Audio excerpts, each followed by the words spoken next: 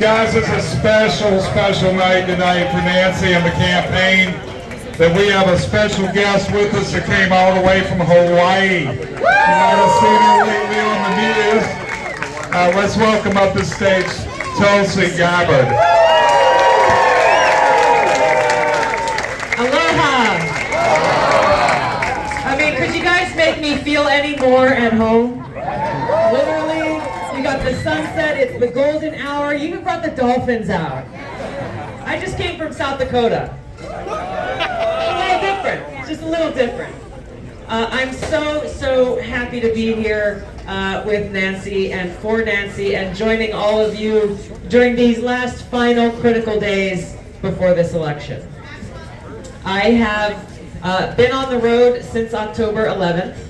I made a little announcement on that day, you might have noticed. I thought, you know, like, I don't know if anybody's going to pay attention. I got to go to this thing in D.C., do a couple things, and I'll be home. But people did take notice of why I left the Democrat Party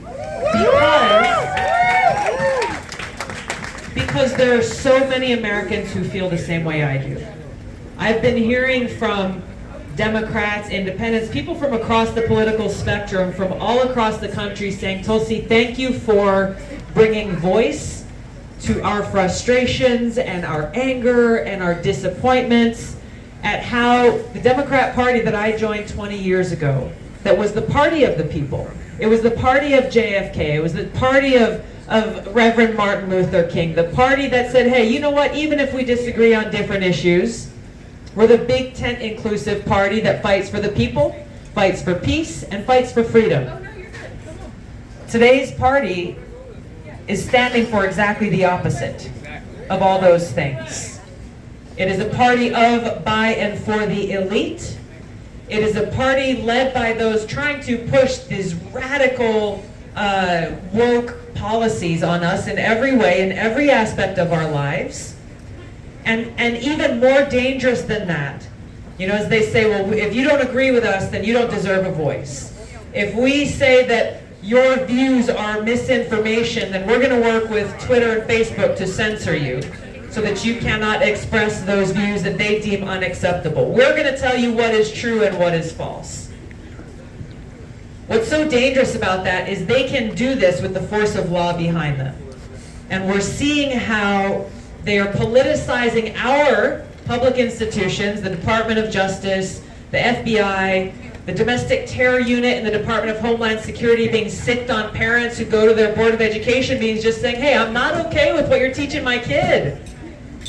Our parents are now being deemed extremist threats by this administration for caring about their kids. Boo! How much more insane can it get? Well, it gets more crazy. It gets more crazy. Where the objective truth of who we are as women is now no longer a thing. We are being erased as an entire body of people in this country because they're saying, well, the truth doesn't matter. Anybody can be a woman.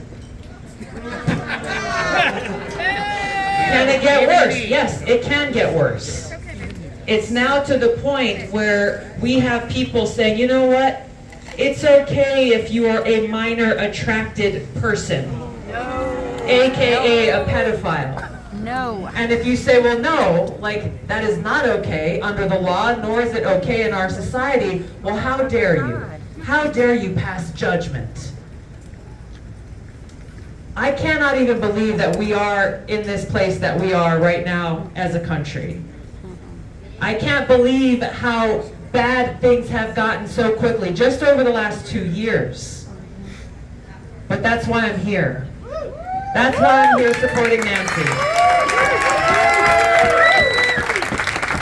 Because as frustrated as we all are, as angry as we all are, the question always is, well, what do we do? You know, you have big government working with big tech, working with big mainstream corporate media, and they see a big defense. They seem to be in control of everything. What do we little people do in this country? We have to remember our power.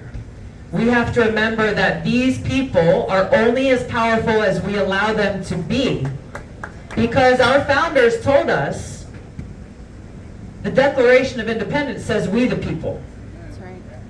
We the people. That is a call to action that is timeless to every single one of us. If you're pissed off at your government, if your government is abusing its power as they are, if they care more about their own selfish interests than they do about what's happening to you and your family and your kids and our freedom,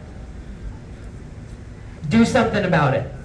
Right. It is up to we the people to make sure that our government is of the people, by the people, and for the people.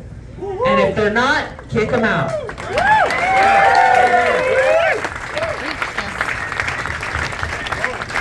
In Nancy, you know, we spoke on the phone before I came out here. We had a great conversation. It's the first time we're meeting in person today. I feel like I've known her forever. I feel a lot of kindred spirit there in Nancy, really because she is an independent voice. She always has been. And she's not afraid. She's not afraid to take a stand for you, the people that she serves. I know how tough the pressures in Washington can be. And I know how strong of a backbone it takes for somebody to stand up against those pressures, against what may be popular at any given time. As much as we'd like to think we have a lot of wonderful, intelligent people in Washington, it's a lot like high school. Sorry, There are different cliques, even on the House floor, am I right? A lot of peer pressure. If you do the wrong thing or say the wrong thing, you don't get invited to the party anymore. People care about that kind of stuff. And the people who care about that kind of stuff shouldn't be there. Nancy cares about you. She stands up and fights for you every single day. And not because it's easy, because the right path is usually the hard path, but she understands really what commitment to service and freedom means. And that is how we change this country. That is how we save this country that we love.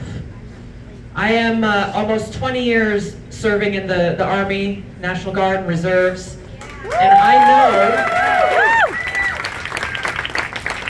I know how important it is that we uphold that oath and that promise that we take, every member of Congress, every serviceman and woman, to support and defend the Constitution of the United States against all enemies, foreign and domestic. That's right.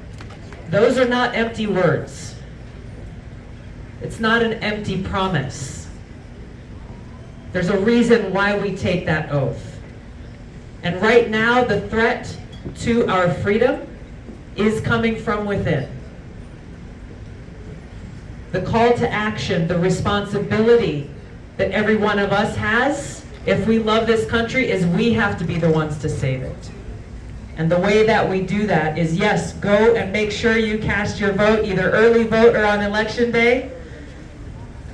But that's not going to be enough, because I'm telling you, there are still people who you know in your lives, people you work with, go to church with, go to school with, who don't know yet who they're going to vote for. Maybe they have concerns on specific issues, one or the other. You have the unique ability to influence and impact them more than Nancy does, because they trust you. They respect you. They have a relationship with you. So that's my ask of you, is to think about who in your life you can reach out to. Who can you get out and bring to the polls with you? Who can you encourage and say, hey, here's why I'm supporting Nancy, and here's why I think you should too. If we do nothing, then we will continue to see the status quo destroying all that we love about America. Failure is not an option. It's up to us to save our freedom and our future. Nancy's committed to doing that. So I'm asking you to join me in supporting her, in voting for her, and making sure she can continue to do that important work.